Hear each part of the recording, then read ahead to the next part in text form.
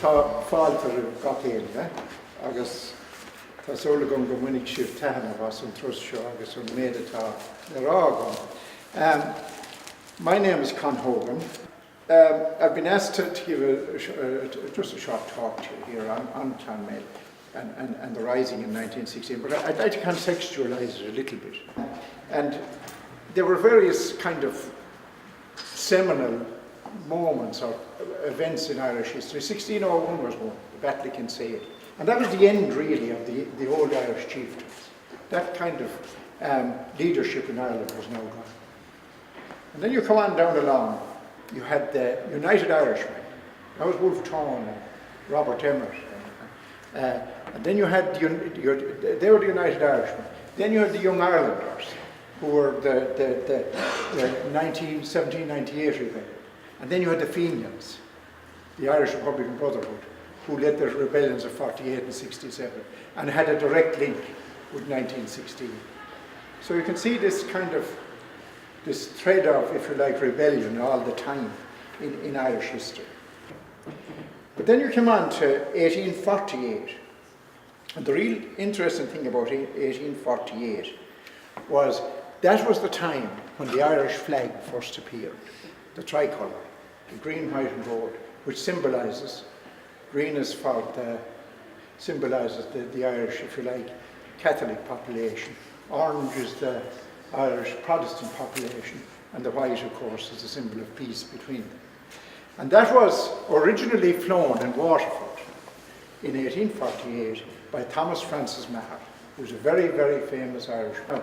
Now, after that rebellion, he was tried and condemned to death, but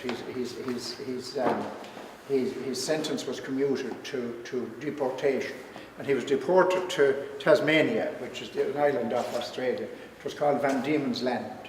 And many of the Irish were transported there. And he escaped out of it. And he became a general in the Union Army in the Civil War in 1861 in England. He became a very, very famous general in America. That was Thomas Francis Maher.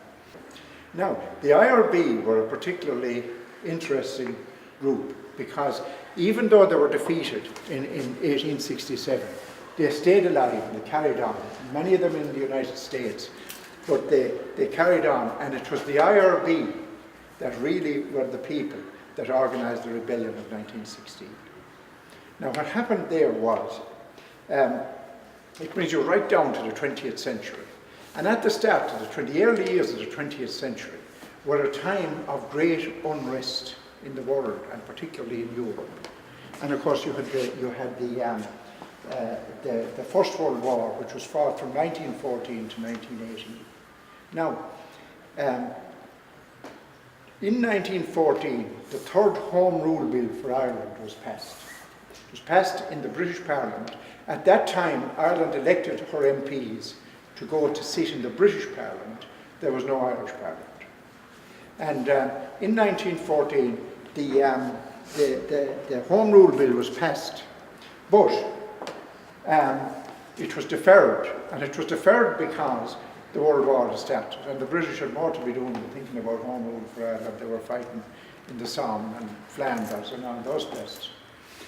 But the debates on that were going along through 1912 and 1913, and the Unionist population in the north of Ireland were vehemently opposed to Home Rule. They wanted to stay directly under the British Parliament. So they formed a group called the Ulster Volunteers. If you ever look at it, if you ever get a chance to go to Stormont, you'll see a huge statue on the way into Stormont of Edward Carson. He was one of the founders. He was actually educated in Dublin, but he was one of the founders of the Ulster Volunteers, and they were implacably opposed to Home Rule. So as a counter to that, the Irish nationalists formed the Irish Volunteers. The Irish Volunteers were formed in 1913 in the Rotunda in Dublin, just at the top of O'Connell Street, the garden of the Rotunda.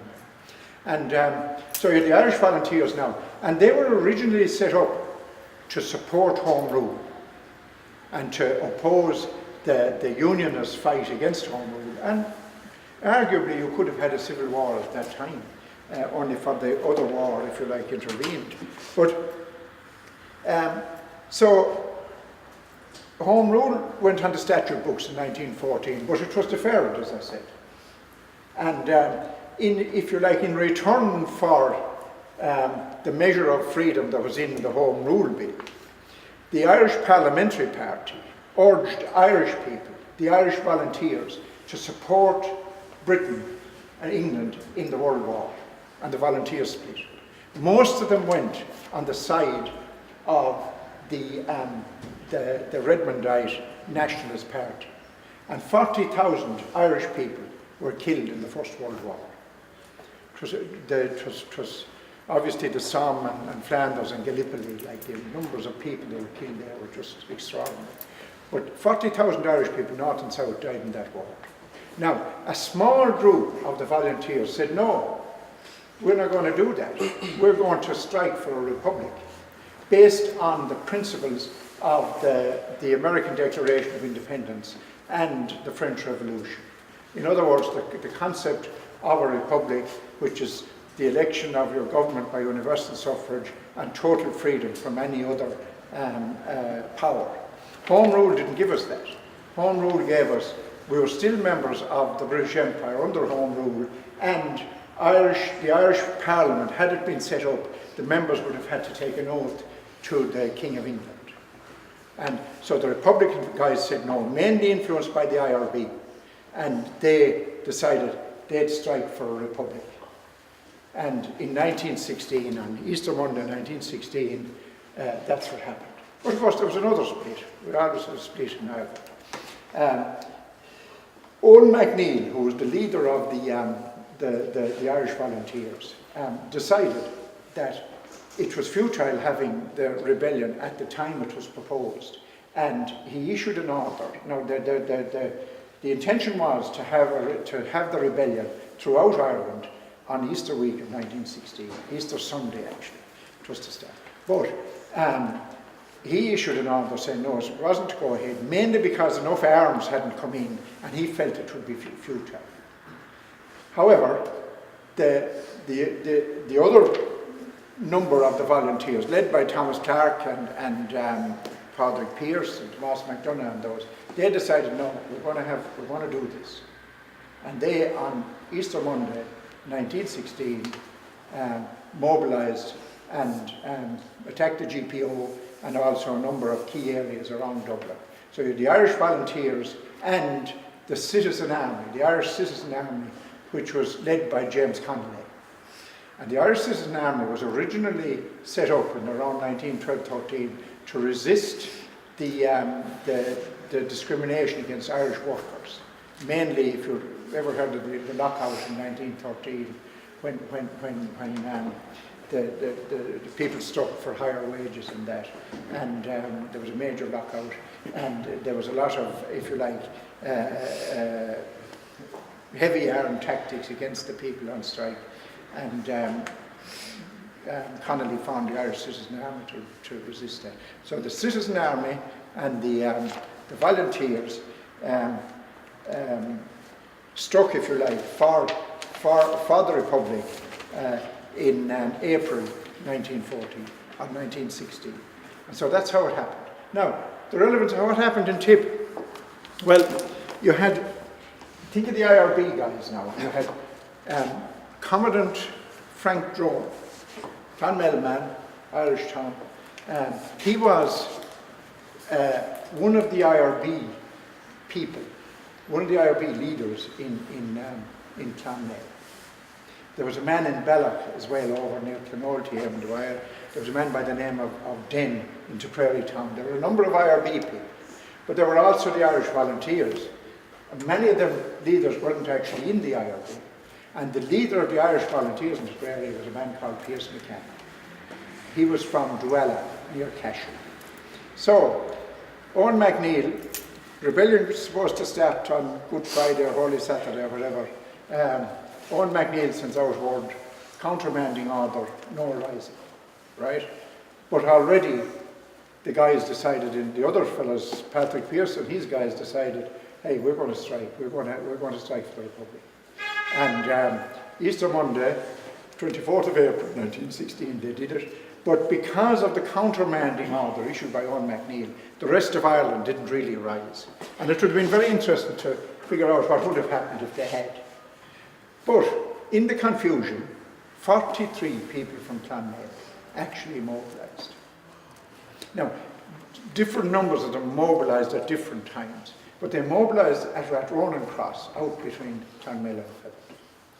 And they had arms. Frank Drone had bought arms in Waterford for them and got some arms from Dublin as well. So they had rifles. A lot of the stuff now might have been very modern, but at least they had arms and they had ammunition. And they were ready to strike a blow in the rebellion in 1916. But because of the confusion and because Pierce McCann, who was the commandant of the volunteers in Tipperary, had got instructions not to go ahead with the rising, there was confusion, it didn't happen. But 43 people from Clonmel actually mobilised, and their names are in it. Remember the book that I have it under you there now, that I have here. If you get your chance now, we gave copies of this into the school, and if you haven't enough of them in the school, let us know and we'll get you more. But the names, we say Allens, John Allen, they had a pub up in Irishtown. There were Barretts, Bowens, Burns, Clearys, Cooney's here at the main guard, Cunningham, Dempsey, Donovans. They're all names that are still in Clonmel. The Drones are still in Clonmel. Forresters, Michael Forrester, who taught in the high school, his ancestors were involved in that mobilisation in 1916. The Halpins, they were coach builders at the top of Irishtown. Hanrahans, Hickeys, Hurleys, Kennedy.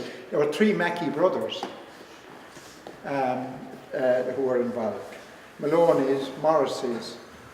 Many of those people, okay, they didn't do anything in 1916 because they had to demobilise.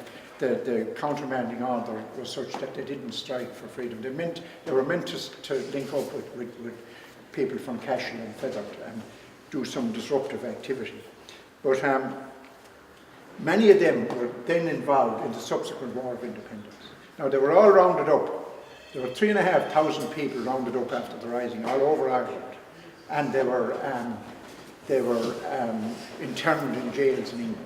They were let out again around 1917, most of them, and many of them were involved in the War of Independence, which started in Tipperary as well, on January the 21st, 1919. Frank Drone. Frank Drone was a former Lord Mayor. A former Lord Mayor of Clonmel. He was elected to the Dáil in 1920, right, and he was a TD in one of the early Dáil areas. So he was a particularly interesting guy in Clonmel. But as I said, the other guys from Clonmel are all listed in this booklet. And if you're doing any projects on 1916 or that, this booklet is now it's in the shops it's available for a £5. But any students that want it, we have arranged already. We have put in quite a number of books into the schools. But if anybody wants one that's doing a particular project, just let your teachers know and we'll get it for you. Okay, I hope it was of some interest. So there you are. Listen, thank you very much for that. Okay. Thanks very much. And I'm sure lads would encourage you to come back in on your own.